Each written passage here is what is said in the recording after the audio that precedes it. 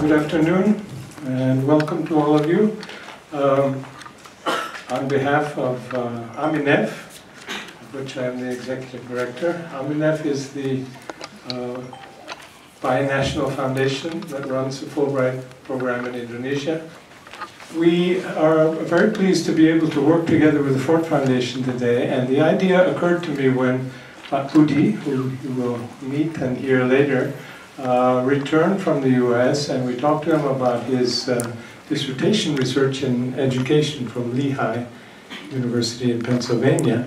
And it seemed to me a topic that would be of interest to many who work at foundations, philanthropies, donor institutions, those who give scholarship funds, because the question is, how do you measure the impact of such programs? I think this is a constant question that we ask ourselves, and that we are asked by our boards and our taxpayers, and it's a very crucial question. And Budi, as you will hear later, has looked at it in a particular context, taking as a case study the Ford Foundation International Fellowship Program. So this is a connection with Ford. In fact, Budi himself was a grantee of the IFP, International Fellowship Program, that Ford ran for about 10 years. And so he has a personal and unique perspective on it, perhaps. And then he later became a Fulbright scholar, received a Fulbright scholarship to pursue his doctorate in the US, where he was studying this question.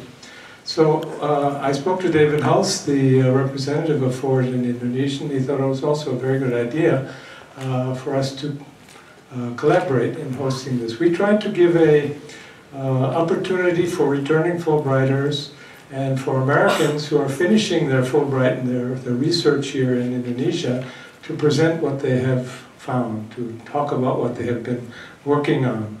And we usually do that in our own office, but it's a very small office and we can only seat a certain number, so we thought it would be good to borrow the auditorium here next to the Ford Foundation. And Ibu Vida and David helped us to get the room, so we are very thankful for that. I think this I hope that this will be an interesting discussion. I see among the audience many old friends and people who do work for organizations that are dealing with individual scholarships and therefore dealing with the question at hand. So I would like to give over the mic now to Alex Yearwan, the Senior Program Officer here at the Ford Foundation, who will play the role of moderator today. Yeah, okay. Thank you, Alex. Thanks, Alan. I'm filling in for David Hulse because he's not here yet. He's still flying from the US to Jakarta. So thank you, Budi, for doing the study. So, you know, there's anybody asking regarding, so what's the impact of the IFP scholarship? Then I can just say, well, read this dissertation. but it's great. It was a great program. Actually, Ford Foundation is also known for its IFP scholarship, so it's almost like identical, you know. So, oh, you from the Ford Foundation? Yeah, it's from the scholarship program. My colleague, my uncle, got a scholarship from the Ford Foundation. So it's a signature program of the Ford Foundation, and I think Budi is right saying that this is a program which measurement is not related to its capacity, like to contribute to economic growth, for example, but for social justice and social change. And you'll hear more from him regarding this one. So Alan already did an introduction to about Budi, so I'm not going to repeat it again. I'm just going to read the last paragraph regarding what he's doing. You know, he just actually recently graduated from Lehigh in May, so brand new. So since May, he's been implementing a free and innovative model of online learning named Sekolah TOEFL, which is you know helping helping. It's now more than 100,000 Indonesian students getting scholarship, to study abroad. And we have Ibu Irit Agus here, a long time friend of the foundation. And Ibu Irit was the director of IIEF for more than a decade, and it was under supervision when the IFP program was running, I think successfully. Yeah, yeah. I got question regarding also what's Ibu Irit is doing now, after retiring from the IIEF. So I'm just going to read this part of Ibu Irit's bio so that we all know what she's doing now. So Ibu Irit is now the executive chair of Agus and Agus, which is a management and intercultural consulting firm, and she's also the head of the American Studies program at the Graduate School of University of Indonesia, right? You don't get the latest one. It's okay. But you can add. Okay. And as a commentator, we are lucky that we have Peter Cronin here from the US AID, who is the director of education office. So we will hear a lot also regarding this scholarship for social change program from the perspective of AID. So without further ado, I would like to invite Budi to start his presentation, please. Good afternoon. Thank you very much for organizing this event, to AMINEF and for Foundation, giving me the opportunity to introduce my research as well as to disseminate my research findings. Also, thank you everyone for taking the time to attend this panel discussion. Hopefully this meeting will be fruitful for the betterment of scholarship programs, especially in fostering social change and addressing social justice issues in home country, in Indonesia. So in my presentation today, I'm trying to simplify the content, so I'm not going to explain complicated technical terms in details. But in case you are interested to know more about it, so feel free to ask about it or contact me after this event. I will be happy to elaborate it for you. The title of my research is Examining a Model of Scholarship for Social Justice. The purpose is to measure the impact of international scholarship programs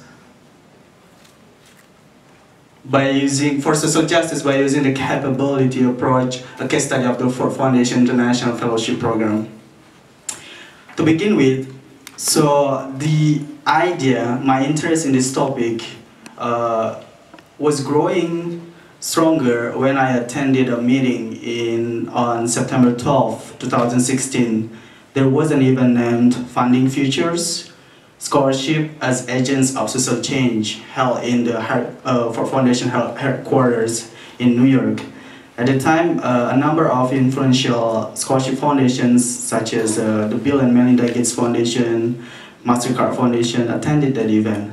In that event, there are two core points that were discussed.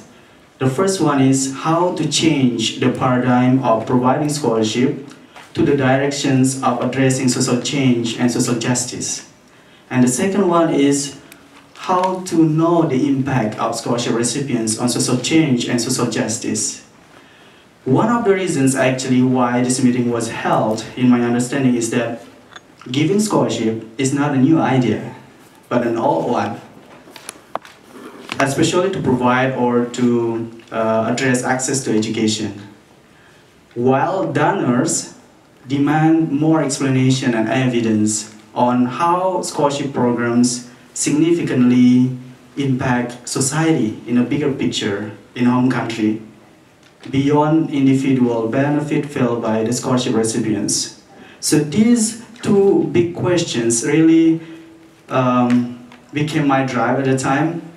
It's like I received my master's degree from the University of Manchester in the UK, funded by this scholarship, IFE, for foundation. And at the time, because I was IFE fellow at the time, and I really experienced how scholarship should address social change and social justice instead of thinking about the academic success and then put foreign language requirements and also other requirements that prevent people from disadvantaged conditions to apply for that scholarship.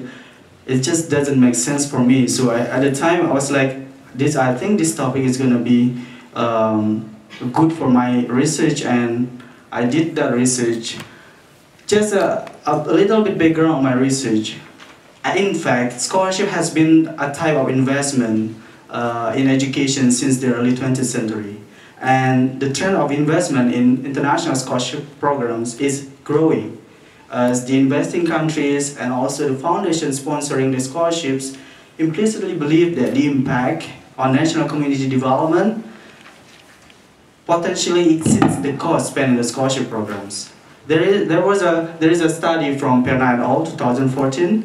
They found that there are 196 countries in the world that have international scholarship programs. 52% of them have at least one program, while others implement more than one program. However, this is also a big question, as Alan said earlier, that it is not clear yet how exactly international scholarship programs help the investing countries achieve their development goal. Not clear yet how much scholarship recipients contribute to national community development of home country after study completion. Even not clear yet how social change and social justice issues have been addressed by scholarship recipients in home country. So empirical study on this topic have not received popularity as much as scholarship programs had among the investing countries and foundations sponsoring scholarship programs, despite the increasing trend of investment in scholarship. The other thing is that the paradigm of human capital development. So the growing phenomena of investment in scholarship programs is still driven by the paradigm of promoting human capital development. The investing countries and foundations sponsoring scholarship programs, they simply embrace the idea that education is the most salient component for human capital development. Investment in human capital can create well-educated citizens who can significantly contribute to socio-economic development of home country overall. That is the basic idea. You educate the people, you give the scholarship, and then you will get well-educated citizens, and then they will address the socio-economic issues in the home country. That is the basic idea of promoting human capital development. But in my research, I urge to revisit this view of education based on human capital perspectives, because I think that if we think development's goal by using human capital, it can lead us to the understanding of human as utility or means to achieve development's goal. So you give scholarship and then you ask them to study a certain fields of studies, and then you expect them to return to your home country and then address the issue about economics. And the paradigm of human capital as well, human capital fails to explain the heterogeneity and the non-commensurability of the various aspects of developments, especially in terms of human capabilities. So the importance of human capabilities here, I'm arguing, why not looking at human capability instead of looking at human capital for economic purposes? Amartya Sen, he was an Indian economist and philosopher who received the Nobel Prize in Economics in 1998, argues that the goal of development should be a state of condition of persons. It's not enough measuring development only by looking at economic growth, since a country should also strive internally to achieve a higher level of development for its people's capability. So in this case, the background of my study, I'm trying to bridge the gap between the growing investment in international scholarship programs and the need for more empirical studies on scholarship impacts, especially on social change and social justice issues.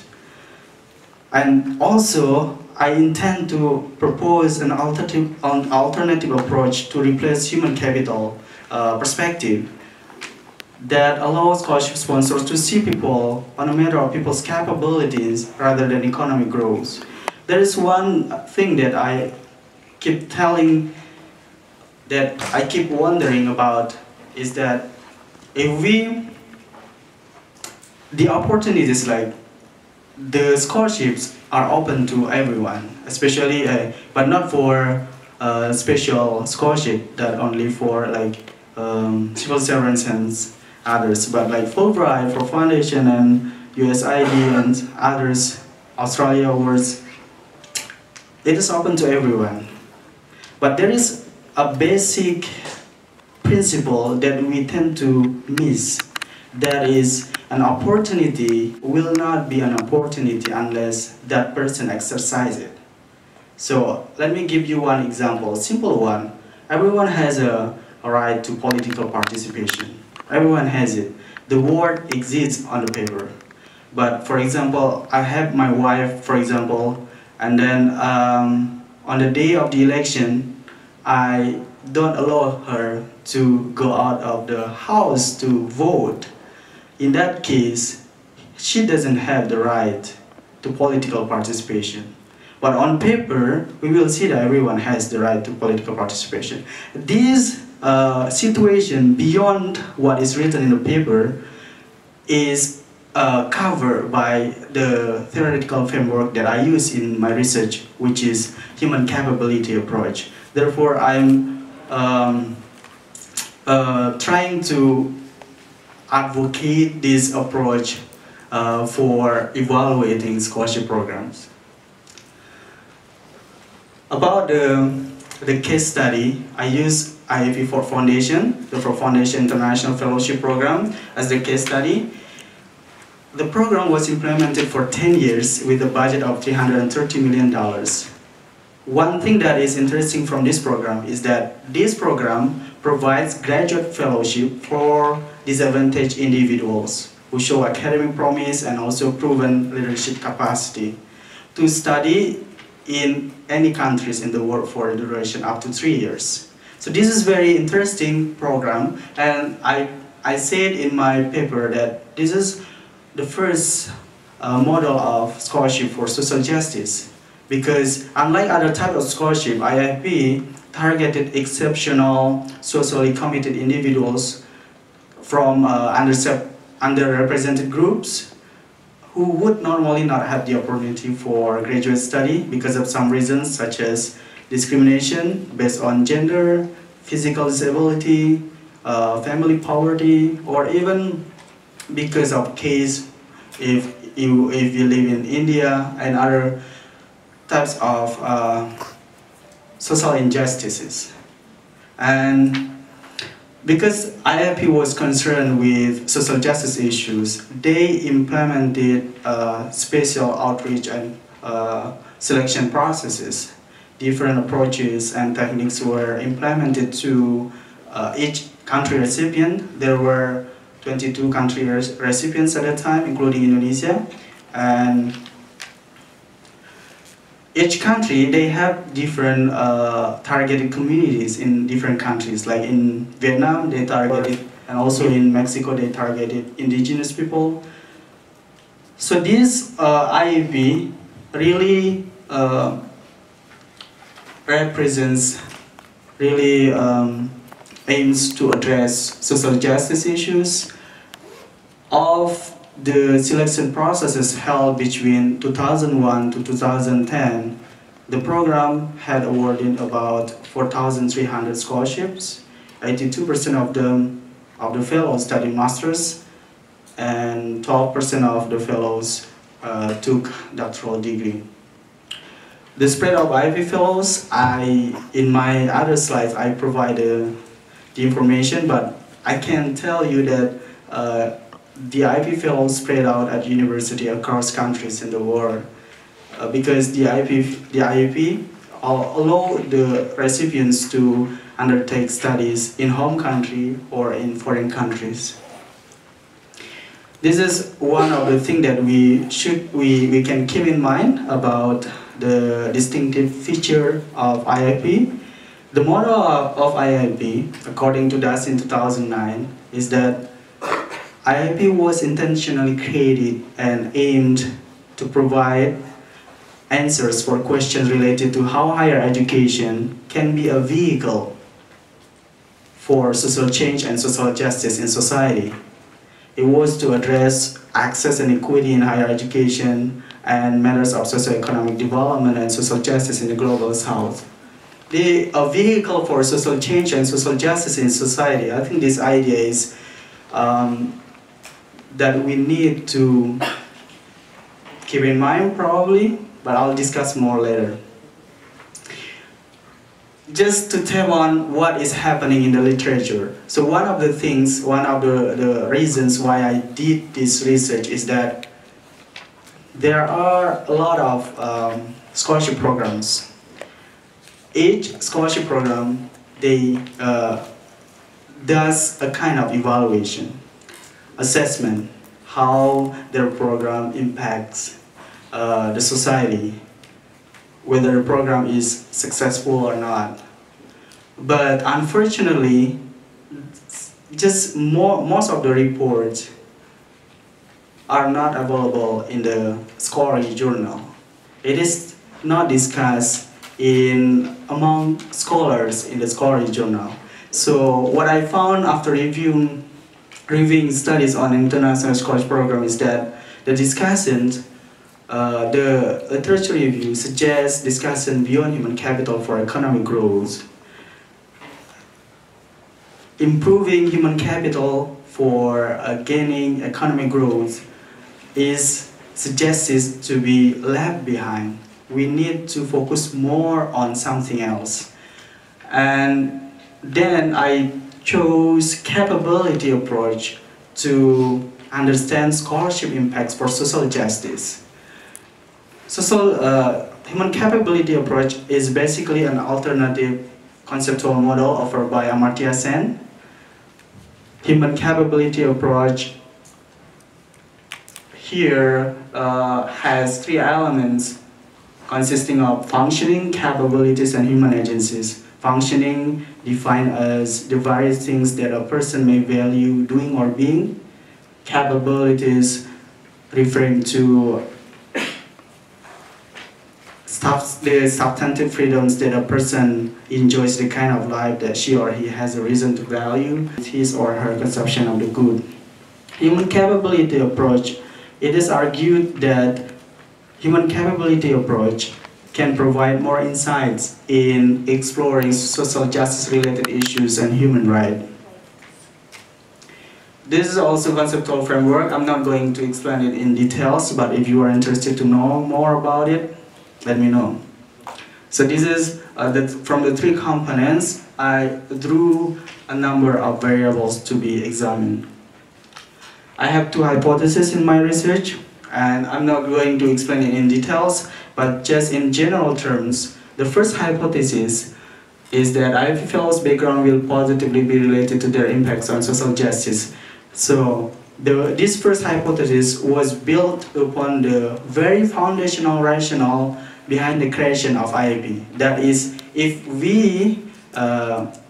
talented individuals with demonstrated academic potential and social commitment were provided advanced study opportunities, they would contribute to furthering social justice issues, would contribute to furthering social justice in home countries and beyond. This logic is very simple. If you pick up people from who live in disadvantaged conditions and then you give them advanced study opportunities, they would contribute to furthering social justice in a home country. That is the basic idea. And I tried to examine whether it is really true or not statistically. So this is a model 1, just an illustration, examined by using paths analysis. Also, this is just an information for you. If you are interested to know more about it, I'll be happy to explain it more. And the second hypothesis is more about, there are two parts of it. It's more about, first, the theoretical framework that I used in this research is the human capability approach. So I tried to examine whether human capability approach constructs consisting of functionings, capabilities, and human agencies, whether they were related to IIP fellows' impacts on social justice in home country. And the second one is I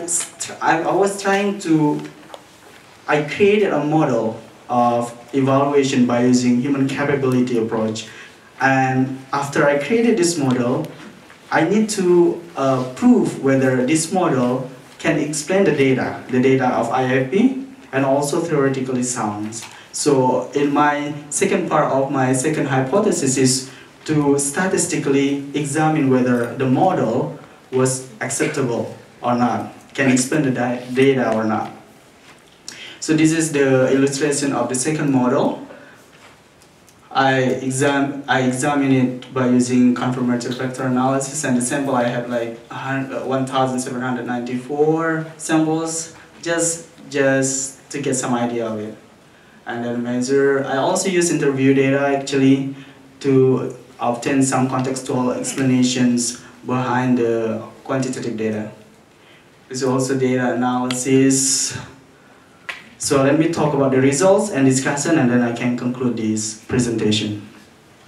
The results of the hypothesis is that of the IIP fellows' backgrounds, so the basic idea, as I explained earlier, of IIP is that they pick up people from who live in disadvantaged conditions and then give them graduate study opportunities. I was interested if these backgrounds really predicted IIP fellows' contribution on social change and social justice in their home countries. The results show that only one variable, which is success of choices. Fellows' experiences of social injustices was not positively related, and others. So success of choices is the variable that were used to evaluate how successful IIP fellows feel about their educational, professional, and social action choices. This result confirmed that actually, if scholarship sponsors if the goal is to further social justice issues in home country, scholarship sponsors should look at the applicant's professional education and social action choices, because it can, based on these results, it can positively predict their contribution on social change and social justice issues in home country. And the second result is that I'm just going to explain it in general terms, is that this model is built upon capability approach, and what I found here is that the observed variable like literacy, learning disposition, and so forth were meant to measure capabilities, functionings, and human agencies, and then the relationship among capabilities, functionings, and human agencies were also positive. And one last thing that is important is that the three elements of human capability approach, capabilities, functioning, and human agency, only capabilities and functioning that could positively predict IIP fellows' impacts on social justice. Human agencies were not positively related. In my opinion, in my discussion, I explained that why human agencies were not positively related is that IIP fellows, most of them had social backgrounds. They were the leaders in their communities. They had done something for the community. They did a lot of community services. So human agency did not really influence them in terms of giving contribution to home country, because they had done that already, but capabilities and functionings really could predict positively social justice in home country. So this is probably my last slide. There's another one, but I would like to explain in general terms why this research is important, and also I've been waiting for this moment because I personally have experience on these scholarship programs, and also I've been helping Indonesians to get scholarship as well in Indonesia. Like, do we have Scholar TOEFL students here? Can you raise your hand? Okay, so when I was in the US in May 2015, I was trying to find a way to help other people, Indonesian students, to win a scholarship. But I'm not aiming to help people who live in the city actually, because at the time what I was thinking is that the reason why I could get PhD scholarship is that because I had master's degree. I could get my master's degree because I received IFP. And there is a story behind it. The story is that if only IFP asked for TOEFL score at the time, I wouldn't be able to apply for that scholarship. So IFP did not put foreign language requirements. IFP did not put age limit. So this at the time, 2001 to 2010, it was really risky, and IFP took that risk. They challenged the conventional belief that if you take people from this disadvantaged condition, they did not have experience studying in a competitive higher education, they did not have English proficiency, good English proficiency, and then you send them to university in the UK or in the US, they would likely fail. IFP took that risk because they argue that if we really want to address social change and social justice issue, we've got to take people who live in that issue, who experience the social injustices. So they went to the villages, they took people who experienced discrimination, who had physical disability, who live in poor life, and so forth. They argue that if we give these people with a proper enabling conditions, they were given academic trainings and so forth, they would be able to manage their study, and then when they return to their home country, they will be able to furthering social justice issues, furthering social justice in their home country. And this idea, honestly, if you look at scholarship programs in the present day, you can barely find this type of scholarship. Why? Because first of all, scholarship programs need to ensure the success of the recipient's academic. To ensure that academic success, the scholarship program need to put foreign language requirements. And the foreign language requirements like TOEFL or IELTS, the score is not low, like it has to be high. And the second one, they put the requirements, they look at the social community services from the applicant as well. So these two things is actually very ideal. Put the foreign language requirements and then look at the social community services that the applicants have done in their community. But honestly, and based on my experience, this situation is too good to happen. And if we really want to, we will get applicants from these requirements, but think about people who live in villages or in rural areas, they probably don't even know about what TOEFL is or IELTS is. If they don't know what TOEFL or IELTS is, they don't have the score, or it means that they will not be able to apply for that scholarship. These people that I think we scholarship programs, and I encourage to pay attention on this, because we all want to address or close the gap, but probably we are actually widening the gaps. If we don't look at these people, we know that if we want to help people who have less, we have to do more for them. And this is just kind of opinion that I've been waiting to deliver. And the other, probably this one, the process of identity formation, becoming or being this kind, this will be the last. So if the scholarship program are driven by the paradigm of human capital, they dictate the scholarship recipients to be this kind of person.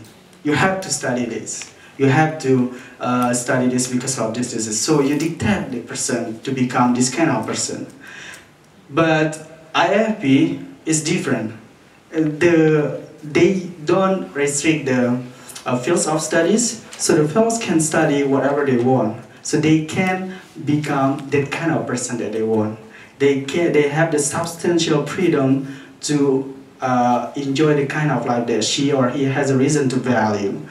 And also, there is another thing is that during the scholarship programs here is that scholarship can be an instrument for fostering social change and addressing social justice issues in home country. However, it will require the scholarship programs to see scholarship impacts on a matter of people's capability instead of economic growth. We know that a high number of economic growth in a country does not capture the welfare of individuals living in that country, as well as there is one lessons that we learn from IAP is that we can learn how a model of scholarship that try to address social justice issues in home country by risking academic success, by omitting the language requirements, age limit, and so forth. The fact is that the report say that most of the IFE fellows accomplish their study in foreign countries, most of them. So I would like to close this presentation by saying that if we look at somebody who live in villages, or who live in village, or people who live in villages, and then we say these people cannot study in the UK or in the US because they cannot speak English. I would say that yes, they cannot study, they cannot probably undertake any study in the UK or in the US, but it's because they don't have the privilege to learn about it, to learn about English, about TOEFL, IELTS, and so forth. If we give them an opportunity, probably they will be able to perform even better. And I think I proved myself. At the time, my English was very bad, and also I did not have TOEFL score. IIP gave me a chance. Because for people who come from disadvantaged condition, one opportunity is too valuable to be missed. So they will do their best for that. And therefore I said that for scholarship programs, please think about how the programs can reach people beyond those who have been enjoying privileges already. I think that's all for my presentation today, and if you have questions, and I'll be glad to answer it, and also hopefully this idea, this research can be implemented for evaluating scholarship programs in Indonesia. Thank you very much.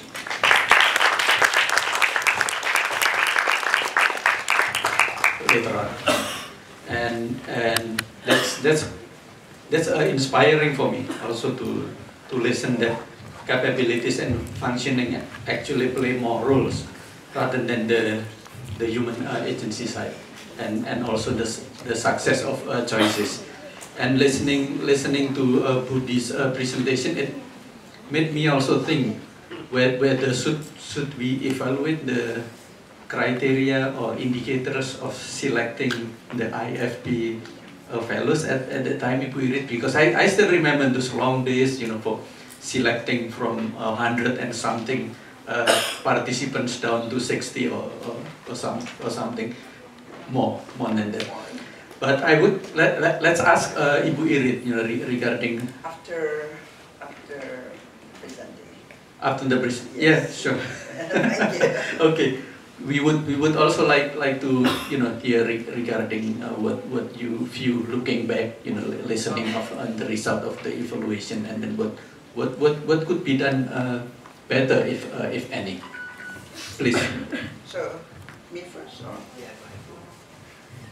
Then, Mas Budi, and I think I'm very proud to have you, because usually in any international or intercultural programs, we don't know the result.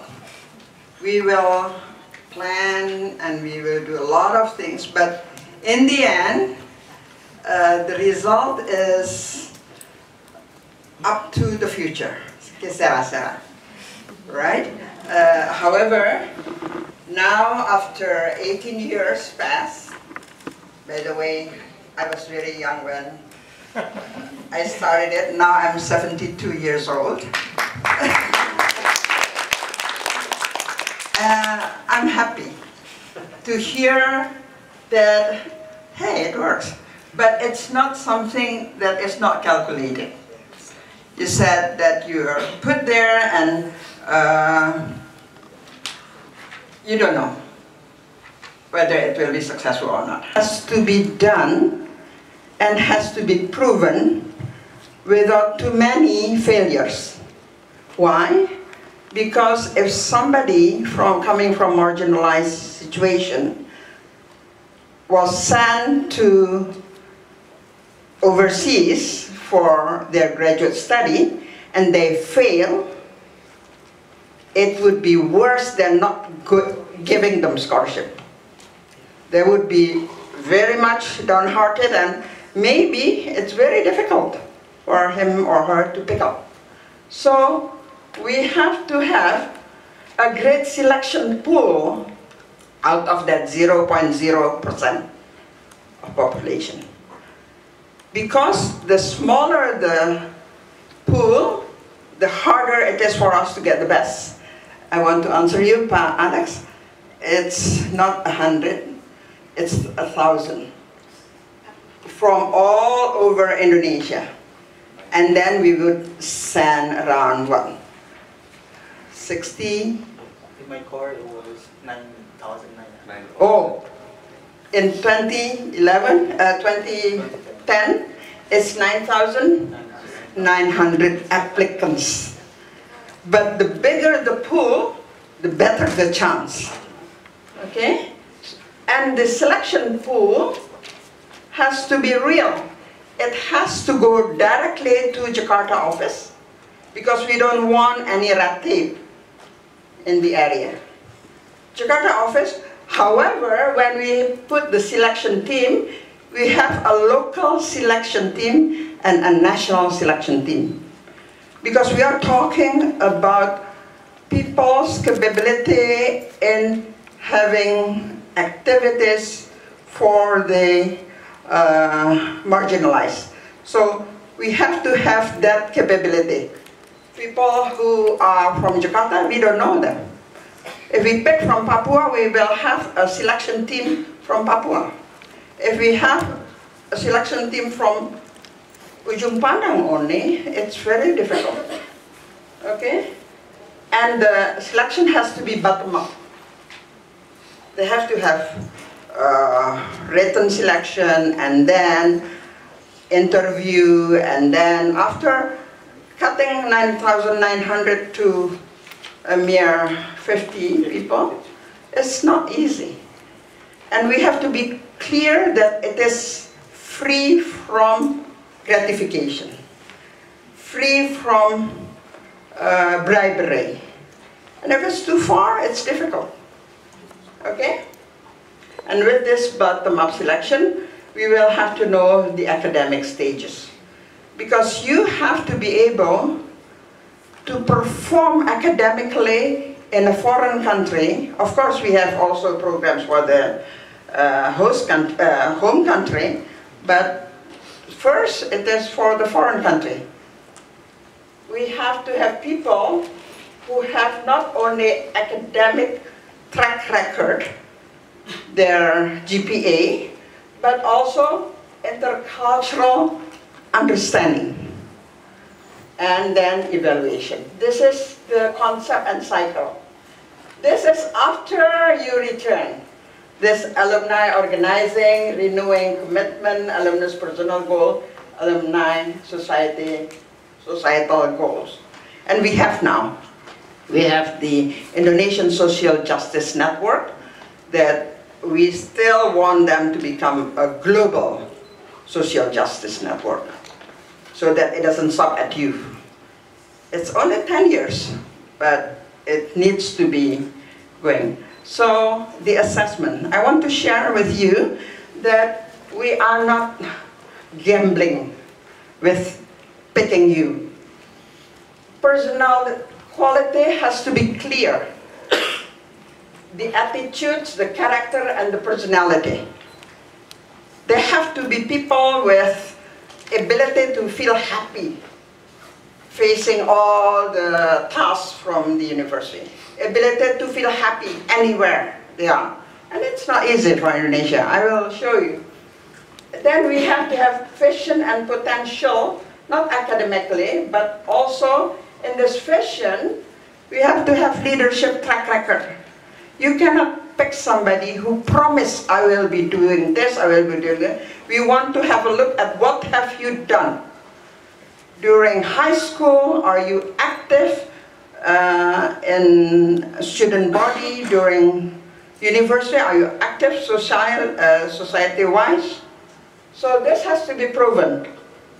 And this is checked by our local recruitment panel. So if they say, oh, I know, I've been doing this about gender, I've been doing this about the disabled. It's a small place.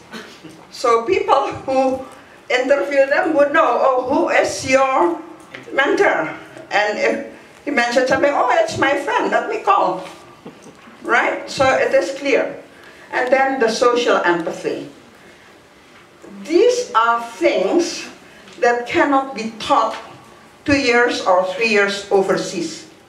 You have to have social empathy before. Character, you have to have good character before. And the result, what you studied, is not the result of the 2 or 3 years studying, but the result of the lifelong learning that the applicant has. Okay? Yes, I just show you this. We check the personality. We check the cultural flexibility. Somebody who is not culturally flexible, we just write off. Why? Because they're going to stay in a very multicultural setting in the university overseas. If they are so fanatic, if they are so strong, and they cannot be flexible, they would be, well, facing things that is not going to be able to be overcome. And people who have understanding of his human nature. What kind of a person is this? What do you do when you get upset? What do you do when you're, for instance, you are lonely? Because studying overseas in a graduate school is so different compared to studying in Jakarta, and so different compared to studying in Ujung Pandang, or wherever. Okay, so you have to have strong people, and here we tell our applicants that they have to have the skill of being happy. People who are not happy, it's very difficult. Why? This is what we found out. We need stable people. We cannot only choose the introvert or the extrovert, but we cannot choose the unstable ones. We need people who are introvert, they are calm, they're warm, they're careful, they're empathetic, they're peaceful, they're controlled. But I'm extrovert, but I have to be optimistic, active, socializing, lead with passion. So this is found out during the first initial interview with the interviewer from the local. And we don't use psychologists, no. We use just normal leaders to evaluate them. If we get, so I think you're stable. If we get the stable people, it's easier. Have you heard lately in Facebook that people who commit suicide because of studying overseas? It's real. And it is something we have to know. Are you going to be okay? Because we want all the challenges to become a learning thing so that you get stronger. If you go overseas and there are no challenges, forget it. You are going to play. No, we need that. This is the cultural part, which I think everybody has seen this now. This is the individualism index values. USA has a very high individualism index values. It's from 0 to 100. Are you from America? Oh, yes. Okay.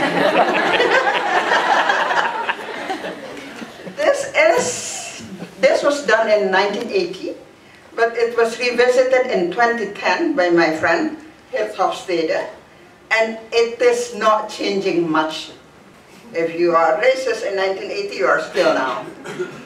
So in this case, you see Australia 90, Great Britain, and we sent to all these countries,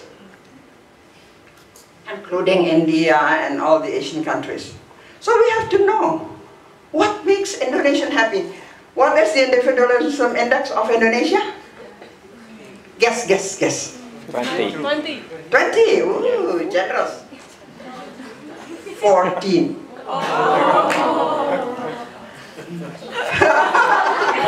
But you're doing okay. So for Indonesians, looking at your WhatsApp and reading it, it's fine. And if I say, hey, don't do that, there's privacy. What is privacy? Because we don't have the word privacy. We have the word pribadi. V becomes B, C becomes D, but we don't understand. What for? Right? So, Indonesia is 14, even Malaysia is 26. Because Malaysia has a different colonizer. British educated.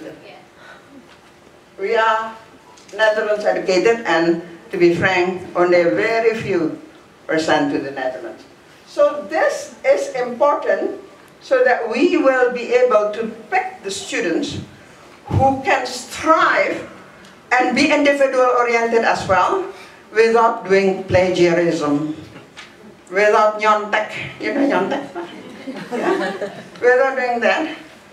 And Indonesians are like this. We are not happy if we are alone. So we want to have students who can be happy alone. So that IFP program, we make sure we understand when we recruit the student, we recruit the wild ones also. Not the yes, yes, whew. Not the ones who just say yes because you are the husband. Okay? So this is the reality. So if not, there will be fatigue while studying. It's true if it is only fatigue, but they can be depressed.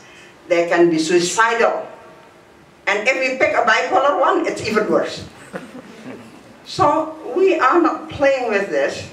What we do is telling, okay, no TOEFL cut. But of course there has to be TOEFL cut.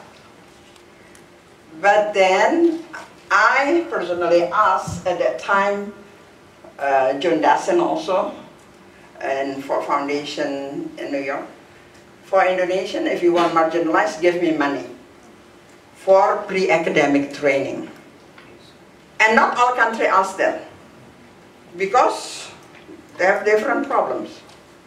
So we asked for money, And we know that they can study for a year in UE and still getting tired and their TOEFL score goes down. So we have 6 months in host country, in UE, in Jakarta, and 6 months overseas. And I know some students make the score unattainable in UE because they want to have the 6 months overseas. Isn't that true? Yeah, we know that. Right? So they don't pass. After 6 months, they go overseas. But Indonesians are fast learners. Language-wise, fast learners. Why? Because we are multilingual. Here, as an Indonesian, they have at least 3 languages. Right? And we are flexible. So let us avoid this. And I think the early return is very few. And what we find out from the study in East-West Center, many of them who do not pass the TOEFL cut after 1 year, we said, okay, they don't pass, go into the university. And they said, okay, okay. Are you sure they can make it? They can make it. They are really great with their lecturers, because when the lecturer is talking about social justice, they are talking academically. These Indonesian students talking by experience. So sometimes they are great. They all pass with flying colors. Right? So these are the first breakthrough. The second breakthrough, we don't want only East-West Center to accept them, UH. So we propose what we call strategic university partners, who understand that it's not only linguistic skill, not only TOEFL or IELTS or anything, but it is also other skills. So this, I think 22 in the US, SUP, we call it the strategic university partner, or 88 all over the world. That makes it possible for them to be accepted without bribery, without anything bad. Okay? I almost finished. So this is what we believe in IFP Indonesia. You have to have interaction skill, knowledge, communication, understanding. You have to have adaptation skill, acceptance, participation, satisfaction, and expertise. Because we are not going to give the scholarship to the mediocre. No. The best of what we get. And then we have happiness and effectiveness while they are studying. Okay? And because they are all from people from the localities with commitment, what they do is they want to return. Sometimes they, like you, take PhD, but then the commitment to go back is there. Okay? You don't stay in Lehigh. Right? So this is what we find out important. We look for people with interpersonal competence and intercultural competence that require attitude and behaviors that are appropriate and effective. Some of the lecturers complained to us at that time, Indonesians, actually, when we call them for a heart-to-heart talk about their grade, they don't come alone. They come with friends. How can we advise them? But it's hard. So I said, okay, they come with friends, just ask the friends to wait outside and go on. Okay, so this is important. We look for people with effectiveness that have behavior that lead to the achievement of the desired outcome. So, the impact, giving back to home country. This has to be found out early, when they were first recruited. I have taken care of a lot of government scholarship before. It was from BPPT, And when they are already in the room, I give orientation. I said, who wants to become civil servant? Come on. None of them. I said, but that is the requirement. Yeah, this is our bridge, Ibu. So we don't get that kind of students. We have people who want to give back to home country and already proven. We have people who have the multiplier effect, who will design initiatives that are needed and suitable for Indonesia. And we want social justice effort in action and internationalizing social justice effort. And that's what people do with the Indonesia Social Justice Network. And I hope it's successful. So, this is the end of my presentation. I took Socrates here. Education is the kindling of a flame, not the filling of a vessel.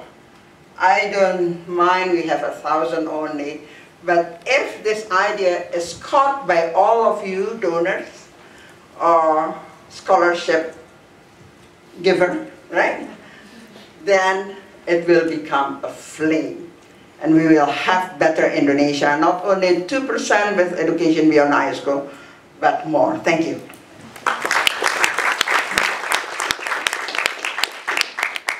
Thank you.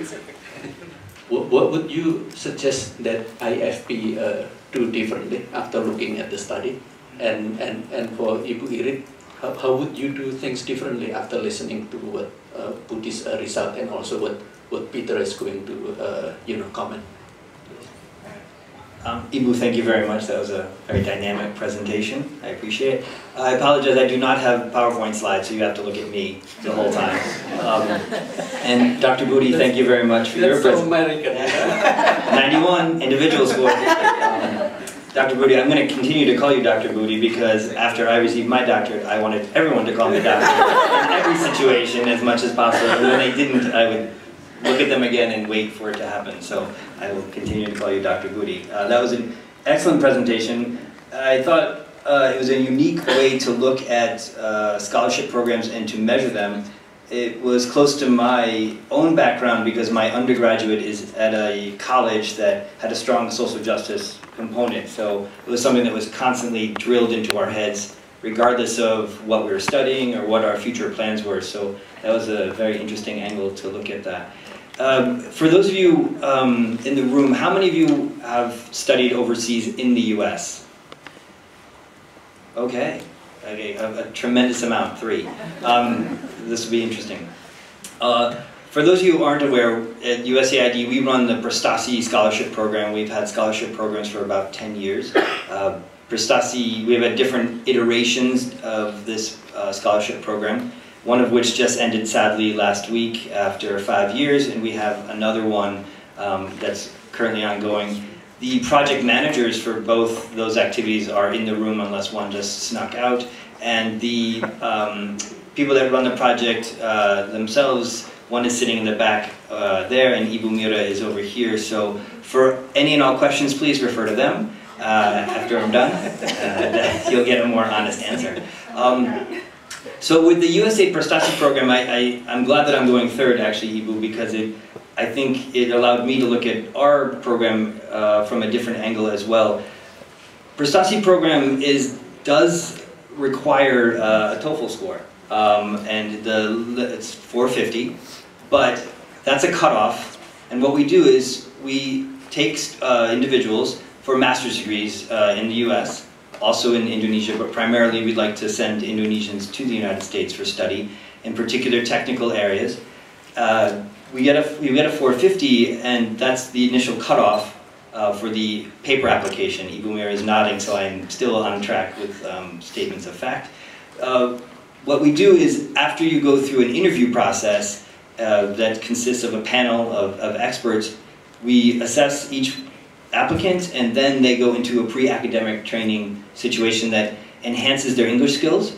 It also provides leadership training and also does, I believe, statistics and preparation for graduate study in the US, because almost every master's degree program, you're going to be taking a statistics course. It's miserable, but it's something that just has to happen. We have found that in the past, students that did not achieve close to a 550 on a TOEFL score struggled in a graduate level program in the US. It's, as many of you probably know, maybe from television, Americans talk very quickly. We use a lot of slang, which often Indonesians do as well, but American slang can get confusing. And so in a dynamic graduate school situation, if your English capacity is not there beforehand, it's going to be difficult to engage in the type of dialogue that takes place in the classroom. So I understand, Dr. Budi, what you're saying as far as providing those opportunities for students. I agree with you wholeheartedly. For our program, we try to make sure that they get enough training before they arrive on campus in the US. And we have tweaked that pre-academic training over the course of a few years after getting feedback from the participants from the graduate study programs in the US and other outside sources. I think what's fascinating about Indonesia is there are different types of scholarship programs. We have talked to several people in different provinces across the country, and there are, as someone mentioned, there's many scholarship programs here, which is great because it is a very diversified country. It's very multicultural, so there should not be one scholarship program to try to apply for every Indonesian. That wouldn't work. And each Indonesian should be given that opportunity, whether it's for study in Indonesia or outside of Indonesia. So for our program, we mostly target government of Indonesia officials. Our main goal is to increase the capacity of ministries and of civil service employees to make the government run better. So that's what we're trying to do. So a lot of the applicants, as a former teacher, I think of all students as children, even though some of them are 30, 35 years old. They're not children, but I kind of see them as my children, so I get so excited when we interview them and they're going off to school. It's kind of like first day of school picture, and they have like 3 kids and a spouse at home, but I still think of them that way. So that's how we do it, and so we have people that work in various ministries. It is a struggle for them because they must go by themselves to the US, leaving their families back here, and that's a huge commitment to do that, 2 years away from your family. Imagine going to your boss and saying, I would like to study in the US. Please allow me this opportunity to take pre-academic training for 6 to 8 months, then go overseas for 2 years, and please keep my job so when I come back, I can do it better than I did before. That's tough, but many supervisors have done it, thankfully, not only for the program, but also for those offices. We have studied the results on various levels of the Prestasi program, and across the board, the individuals themselves feel more empowered.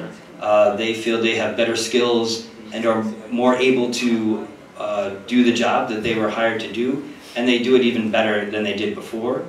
One thing that in this situation, often people think that the supervisor will suddenly be threatened by this newly educated, returned Indonesian who is going to steal my job. That actually isn't the case. We work with the employer now. We work with the office, and we have created a program that brings the supervisor in, brings colleagues in to say, this new person has come back, these are the skills that they have acquired, this is the best way to utilize those skills. And so it's a capacity building moment for the entire office. The supervisor gets the training as well as the re-immersion of the returned scholar. Something that, a side note, which I do love that graph of the individual scores level, which is something I deal with every day, Boo. And I do, it's like a warm blanket being in Indonesia, not because of the sun, but just the warmth of the people. It's beautiful. The US government, as you may be aware, is very strict in its regulations, and students must return to Indonesia within 2 weeks of 6, 7. Is that 8 or 7? 7 weeks. 7 weeks. So you can have fun for 7 days. Oh, that's harsh. Okay, so as soon as you finish school, you have 7 days to have fun in the US, and then you must come back. We don't ever have a problem with an Indonesian student wanting to stay in the US. There's the call to come back home is very, very strong, and there's this desire for the scholar to come back and immediately give back to his country or her country. So it's a beautiful thing. 7 days though is much too short. One thing that we also have in the US, and for any of you who are thinking about studying in the US, I encourage it dramatically, but it's cold.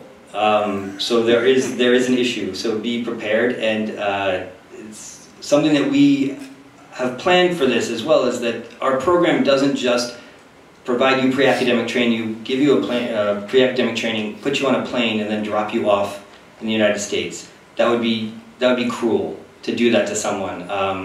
I have re-immersion issues when I return to the States after being here for over a year. It's very difficult. Calling a woman boo in the US is not an appropriate thing to do. It's a term of endearment in a romantic way. So asking someone at the airport, boo, sorry, could you help me how to get to this line? And they give you a look, it's, yeah. So, but it's, they know what boo means, mother. Yeah, but it's what partners call each other in the US, so it's a little different. Our program monitors and consistently and constantly the students while they're in the US. So there's check-ins, you have someone that is always calling you, they do visits for you. We have tried to really remind students that in the US, universities are very student-centered. You are a client to the university, you're paying money, so therefore services are owed to you. And in many places that's not the case. It's you go in, the professor is the leader, and you're just the student. And in many places, education does treat students like vessels waiting to be filled with knowledge. The US, especially at the university level, that is not the case. So you can demand things because you're a paying customer, and that's the capitalist society, the high individual society of America, that I'm giving you money, therefore you must give me services. So we do have those services, and we have encountered students that struggle. Academically, it is challenging. If you're in the middle of the country in January when it's minus 20 degrees Celsius, it gets dark at 4 o'clock in the afternoon, you are going to get depressed. But we remind the students that there are services for you at those universities, and their job is to help you. So we always try to link make that link between the student and those services, so they understand that they're not alone, and that they can always have someone to speak to. So I'm glad that you brought that up. I think what's also helpful with our program is that we help the students choose the most appropriate program for their area of study. Many people will say, okay, well, let me back up. We support scholarships in 4 main areas: environmental studies, education, health, and democracy, rights, and governance. So someone might come in and say, well, you know what, I want to go to the Harvard School of Education because it's Harvard. But I'd like to study higher education administration in a particular area. And our team will look at that and say, well, you know, there's actually a university that has a much more appropriate and stronger program for that level of study that is not Harvard, so you don't have to go there. And then, because they're not aware of that, we help link them with the most appropriate university, which means that then they're with like-minded individuals who are also studying similar things as them. They immediately have a cohort, and they work with that cohort for the duration of the study in the US, while they're also getting support throughout the whole program. And I think the social justice aspect that comes into the Prestasi program is the development of an alumni network that has been created in the last couple of years. And what it intends to do is take the skills that have been developed by the individual, the scholar, and remove it from the work environment and say, how can you give back to your community? So if you are doing something at the Ministry of Finance, that is your job during the day, but maybe you have the ability to do financial literacy training for women in the local community. That's not what you do from 8 to 5 for work, but that's what you can do on the weekends. And it's that, okay, let me see how I have bettered myself through education, now I can better those in my community. And I think that is a social justice aspect that I've never looked at it before. I never thought of it as social justice, I just thought, well, you're working in your community, that's a good thing to do. But no, it is social justice, so it completes that holistic aspect of the education. You're bettering yourself as a human being, which is what education does for you. You're bettering your work environment, but then you're also bettering your community, so everyone around you benefits. You yourself become a public good by being more educated, and that's how we diffuse it throughout society, and I think that's very, very important. And I'll finish quickly because I know we won't have time for Q&A. And I think where you're saying, Budi, you asked a lot of the students, hey, go into civil service, and they're, no, we're not doing that. But, which I think is nice because our program focuses specifically on civil service, and it's a great opportunity for them to do that. I think, America changes you, for better or for worse, and I think sometimes students, the scholars have maybe some readjustment issues because after being at a university for 2 years and you're thinking a certain way and you're doing it, you learn to challenge your professors and challenge your peers. You don't necessarily want to challenge your supervisor when you get back, but they adjust pretty well back into their work environment. But I just wanted to highlight that this program is slightly different than the ones that have been discussed before, but it still provides an outlet for social justice and an opportunity for Indonesians to study in a particular area, and we're proud that we're able to sit at the same table with other providers. So, thank you very much.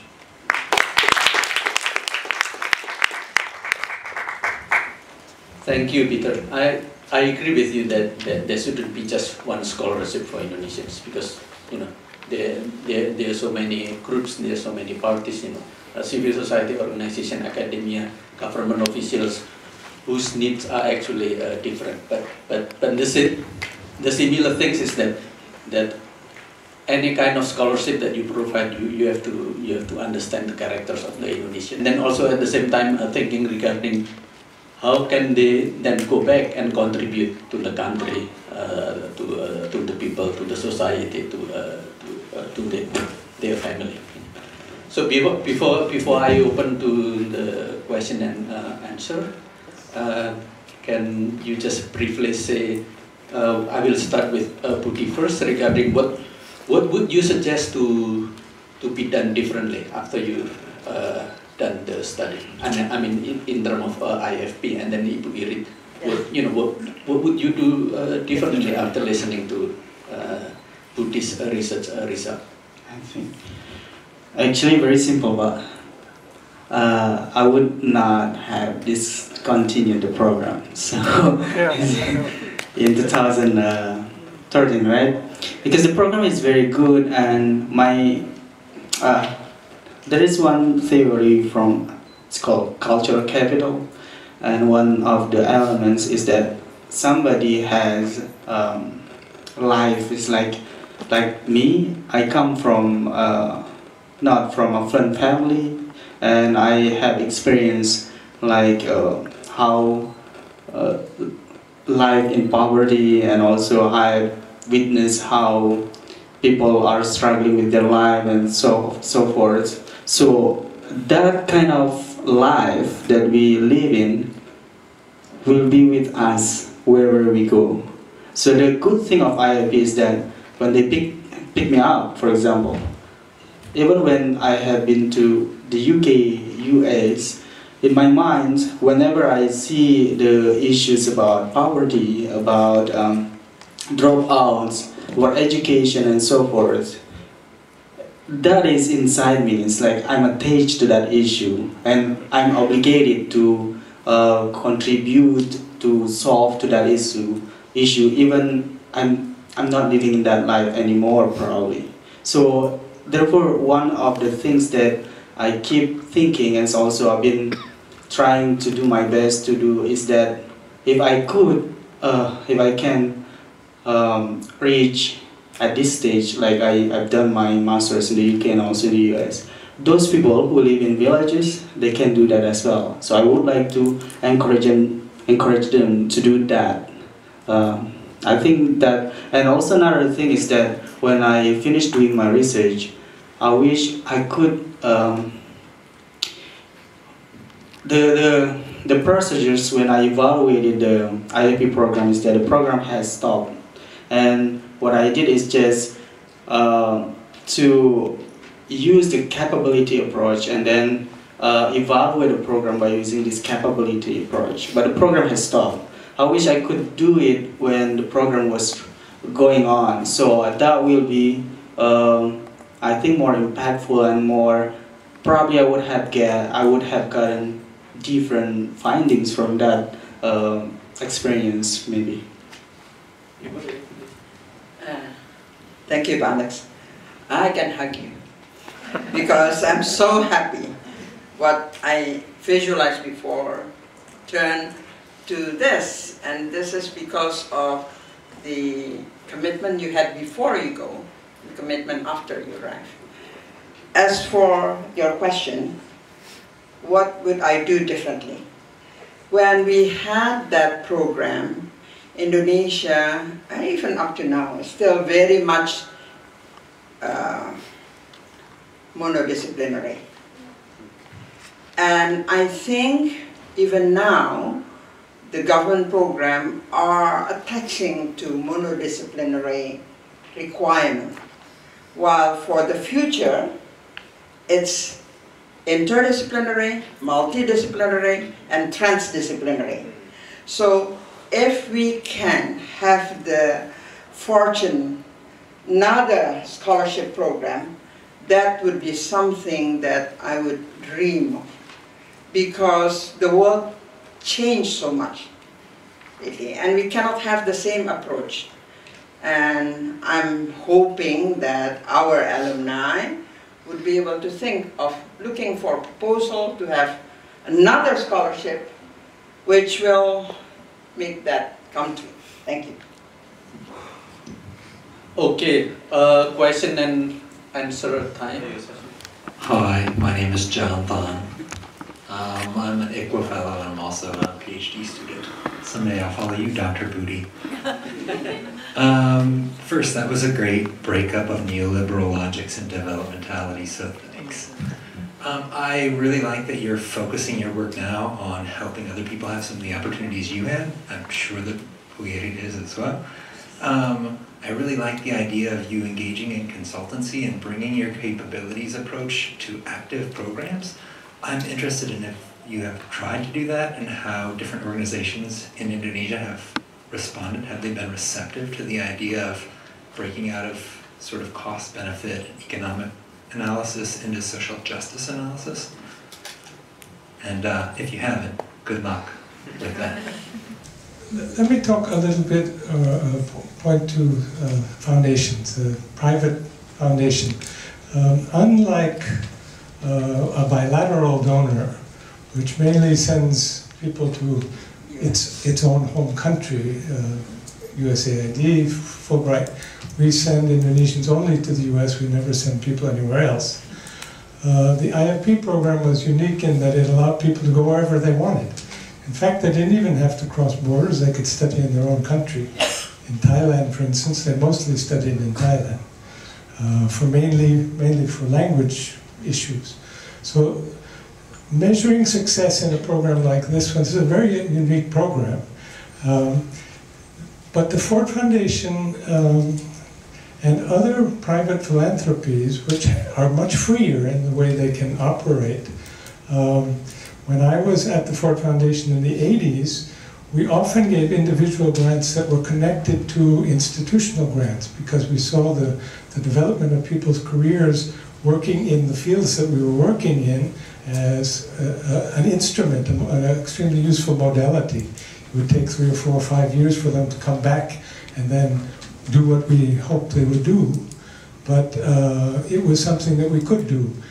Most foundations now that used to give individual grants, Rockefeller, Ford, and many of the other big ones, Carnegie, do not give individual grants. And it seems to me the reason is a shift in philanthropy to be able to measure impact in a few years. You know, what does this add up to? And Luis Ubiñas, who took over Ford right at the moment when IFP was about, the decision was made, should we give another grant and keep it going, or should we let it stop as we originally planned? Rubinias was quoted as saying, it's a waste of money, just spreading money around to individuals. What does it add up to? How can we understand what it adds up to? I think he's very wrong, and I think that Budi here, and Ibu too, give a very strong argument for why it isn't useless to invest in individuals. But running a program like Fulbright, which has been giving grants to people in all fields, and without any strings attached, without any expectations, without insisting that they be working in a ministry and that they come back to their ministry. Basically, it seems to me we're using a human capability model. We implicitly believe that if you give people the opportunity to develop themselves and let them freely decide what they want to do, that they will apply that in some way. It's a kind of belief. It's sort of religious, and therefore rather hard to measure.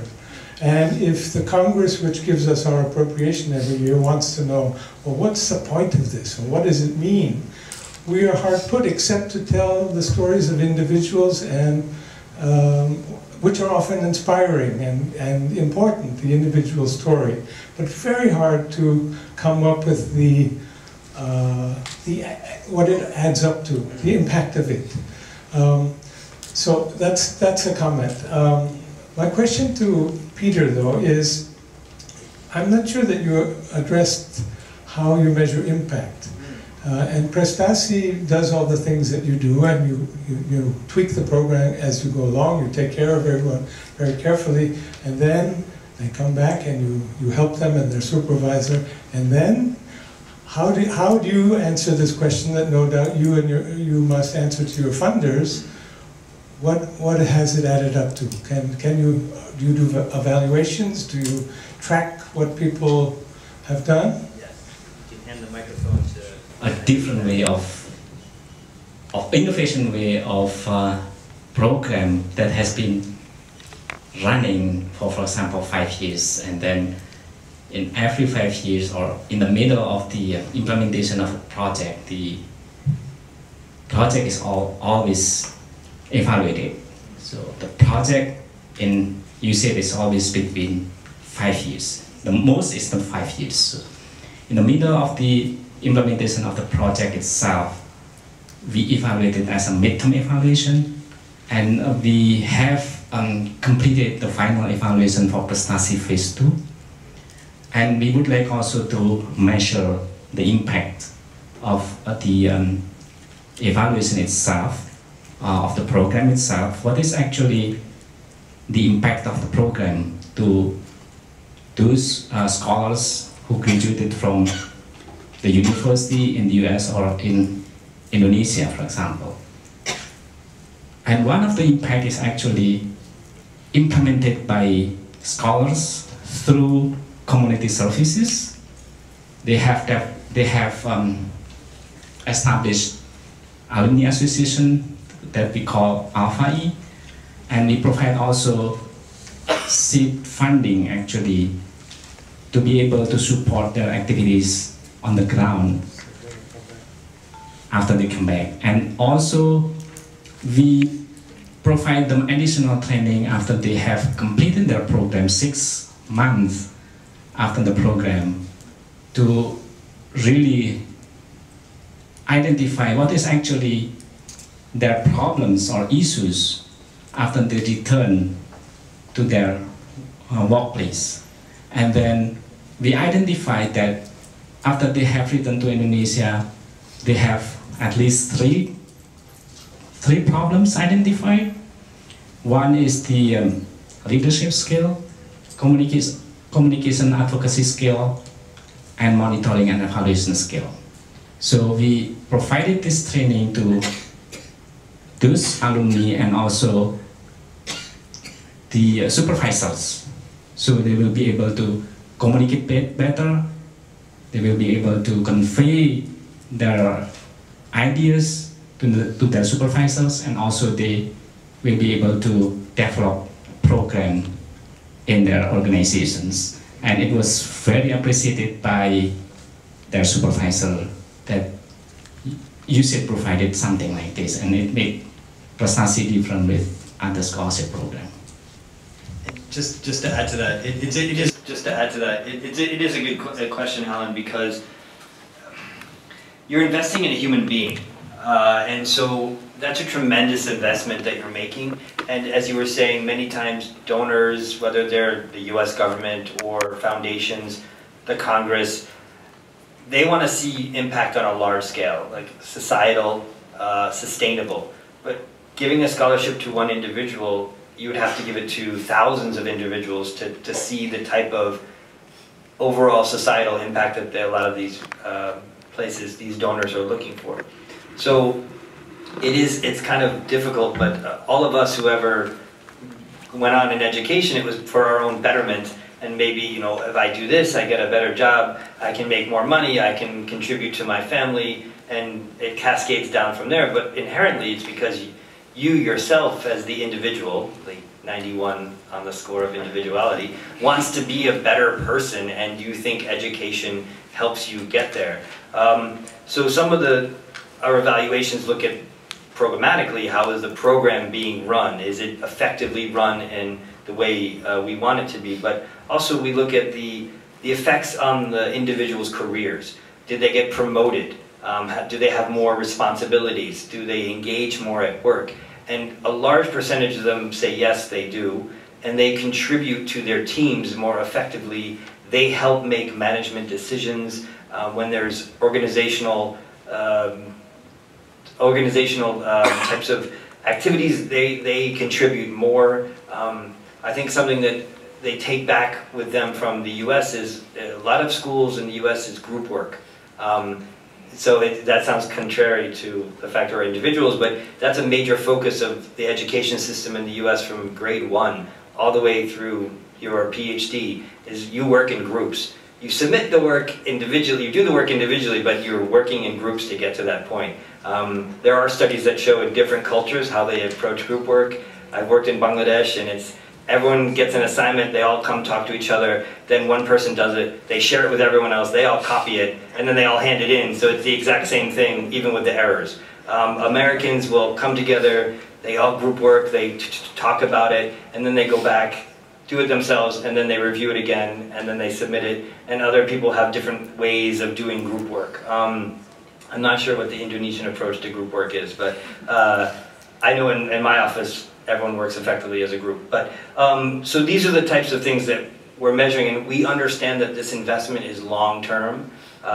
There's a selfish reason why the U.S. government invests in Indonesian civil servants, is that we hope in 10 years some prestasi scholar is going to be a minister or a sub-minister. So when we engage with that ministry in 10 years, we're going to knock on a door and that person will say, oh, I studied in the US, I'm opening the door to you because thank you for that opportunity, and we'll say yes. So we've created that partnership already. And I mean, it's a selfish reason, but I think that's one of the reasons. It helps build the ties across both our countries, and I think, I mean, I will forever be connected to Indonesia because I will have worked here for 4 years before I leave, and that's that type of bridge that we do. So as far as measuring impact, that's what it is, and along the way we try to tweak the program to make it more effective for the management of the individual scholars.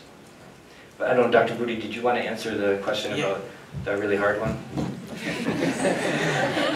Thank you very much, Jonathan. And have I implemented this research somewhere else? I just defended the dissertation on May 31st. So I haven't, that's the short answers, but actually I'm hoping in this event, because there are also scholarship sponsors. Probably if you want to adopt my research, I will be happy to explain and work together. And also about capability approach, and also a little bit addition to Mr. Alan Spenstein's comment. There are two things that we in scholarship evaluation that we think this is debatable. Is that first, we don't know, or we are unsure what are the appropriate methods to measure the impacts. it is very debatable, and everyone always say what kind of methods that you're going to use to evaluate the impacts. Because the second reason is that the impacts is unmeasurable. It is not measurable. So these kind of questions, two questions, always like become something that limit us for evaluating the scholarship programs.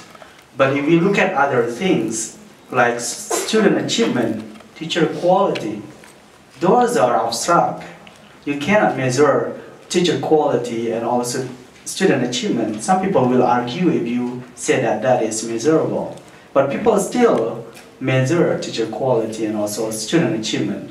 So when the time when I decided to go with this research is that first thing is that condition where people are still debating about the appropriate methods and also whether it is measurable or not, the impact. The second is that most of scholarship evaluations is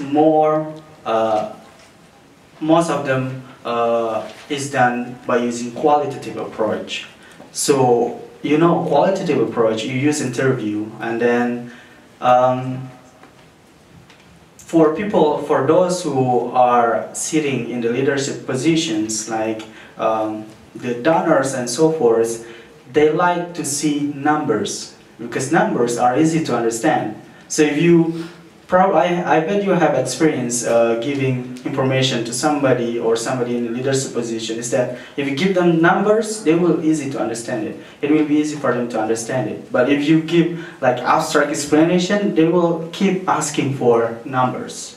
So therefore, at the time I was thinking, in the literature, I haven't found any research, especially on fellowship evaluation, using first theoretical framework and second quantitative approach, statistical analysis. So therefore, at the time I decided if I start this research, I would be able to initiate the examination of scholarship program for social change and social justice by using theoretical framework and also quantitative analysis techniques. So those features, hopefully, if this dissertation gets published, it will encourage more research that use theoretical framework, because when we evaluate the scholarship programs, I bet, as I said earlier, each scholarship program evaluates their program. I believe so. But if we want people to keep talking about it, we need to get it published in scholarly journals, and also we need to add theoretical frameworks and more various research methods so that it becomes really discussed more among the scholars. Ibu Irit, you want to say something? But I see actually millennial generation. So if you have something to say, express your expectation and voices, probably it's the right time to do it. Please, Ibu Irit, and then we can ask the floor regarding if they have any other questions. You mean last statement? No, I think we need to open another round of questions. It's But if you want to respond, yes. Ellen, are we allowed to go? Sure. Yes. Okay. You're the one. Well, I think for the future, right? It's more important for us to be very clear of the objective of the scholarship. In this case, with IFP, I believe that there are lots of negotiation to make this dream come true. But the good thing about IFP stopping at 10 years is because we have time to evaluate, and we have time to really look back. No matter how good a program is, there must be something to be improved. And my dream is that we have more and more scholarships, because Indonesia needs to have this critical mass of people with understanding of Indonesia and understanding of the world. Okay. I think that's enough. Thank you. And any other questions? Shelby Lawson, and last year I completed an ETA in Kendari, Indonesia, and this year I get to work with the wonderful AMINEF staff and the Fulbright in Jakarta. And my question is for Dr. Budi. Also, you mentioned that you have trouble with like getting the TOEFL scores higher in like the more remote regions, and I was just wondering if you have any like suggestions. Even, you know, we have ETAs in the field, but also like I think it's important for like the AMINEF staff on the Indonesian programs team. How can we help provide that service to get more qualified applicants, or that 0.01% coming from places like Kendari, where maybe you're only seeing one applicant every few years? Yeah, that is what I've been trying to, I've been doing since May 2015. So I have Scholar TOEFL. I launched it in May 2015, and I've been doing it until now, almost 2 years. So the idea behind it is that if I cannot change the paradigm embraced by the scholarship sponsors. I just can't do that. I can discuss, the idea, but still changes takes time. So I also explained this when I did a TED Talk in the US. That is, what I can do now is that by research, I advocate this idea. But in practice, I established this Scholar TOEFL online, and also I'm creating another one, Scholar IELTS, that will be launched in the end of this month. And also Scholar English, it helps Indonesians to learn basic English. And at the time when I launched that Scholar TOEFL, I did not think that there would be a lot of people interested in it. But in fact, it's really the first, I just opened the registration for 1 week. It's turned out 4,000 people registered for that. So it's been like almost 2 years. I can say more than 100,000 people have registered for that. And the people not only live in Indonesia, they live in Thailand, they live in Egypt, they live in India. They're Indonesians, but they are all over the world. And from the students, I learned a lot of stories, like Indonesian workers in Hong Kong. I learned how they are struggling with their work, but they also want to pursue graduate study. And also housewives, they're taking care of their babies, but they have this dream to continue their study abroad. But because of the financial resources barrier, because of the language requirements and so forth, as Bu Iridagis also said, that there's also TOEFL is required, because you cannot just go to the US and then speak Indonesians. It's just impossible. So in the end, you have to learn about TOEFL and English. So therefore, I've been doing this program, and one of the things that I can tell you is that people have a dream, but sometimes they just let it a dream. So they want to study abroad, they want to get a scholarship, but sometimes it's just they want it, but they don't want to work for it. They don't want to fight for it, and it's true. And for almost I think for 2 years I've been doing this Scholar TOEFL. I got to learn various characters of Indonesians, and I can say that if there are like 4,000 people registered, in 2 months it will be like 1,000 stay, and then in the end there will be like 200 or 300 people stay until the end. And out of 200 or 300, there will be like 4 or 5 people who successfully won a scholarship. For me, to see the impact, it's not about the number, but how you teach people that this is not a free lunch. You need to earn it. And also, in Scholar TOEFL, the students need to understand that this is your responsibility for what you dream of. This is not a free lunch. So what I can say is that I'm trying to help, but still, therefore I'm advocating that TOEFL, for those who live in remote areas, they're still struggling for it. But if you look at other things, like I was there before, but now I can reach this stage, So that kind of belief keep me moving. It's like they can do that. They just need time to find themselves. Maybe that's my answer. Okay, Ibu Irit.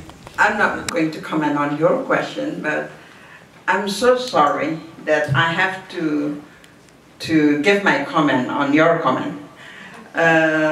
For 11 years, I was the representative of ETS. And ETS does TOEFL, TOEIC, etc., etc. And before you get caught, please change the name of your school. Because you cannot have Sekolah TOEFL, right? Make it Sekolah Inggris. And then inside, or you can be caught by TOEFL or by IELTS. Not by TOEFL, by ETS or by IELTS. I'm serious about this because we do have thousands of TOEFL-like. It's called TOEFL-like before, and I think you know the problem. It becomes a mill. What is a mill? A factory of creating certificates, but it is dangerous. And I don't want any IFP alum to get caught in that. Thank you. Just want to, earlier I'd asked who had studied in the US, but can I ask the audience, I'm just wondering the general makeup of the people in the room, how many of you are here because you're interested in getting a scholarship to study? Okay, let's be American and raise really high our hands like that, okay? Okay, all right.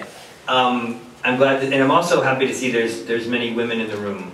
Something that we focus on at USAID, and I know many scholarship programs focus on, is encouraging women to seek higher education.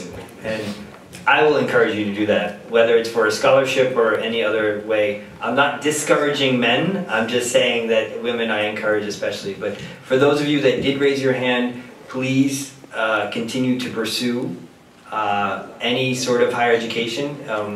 Like, look for resources. There are people in this room that you could ask questions to if you're looking for a scholarship. It's important. We need leaders, not just for Indonesia, but for the world. So I strongly hope that you'll continue working toward higher education and that you'll do great things with the degree that you earn. Okay, thank you.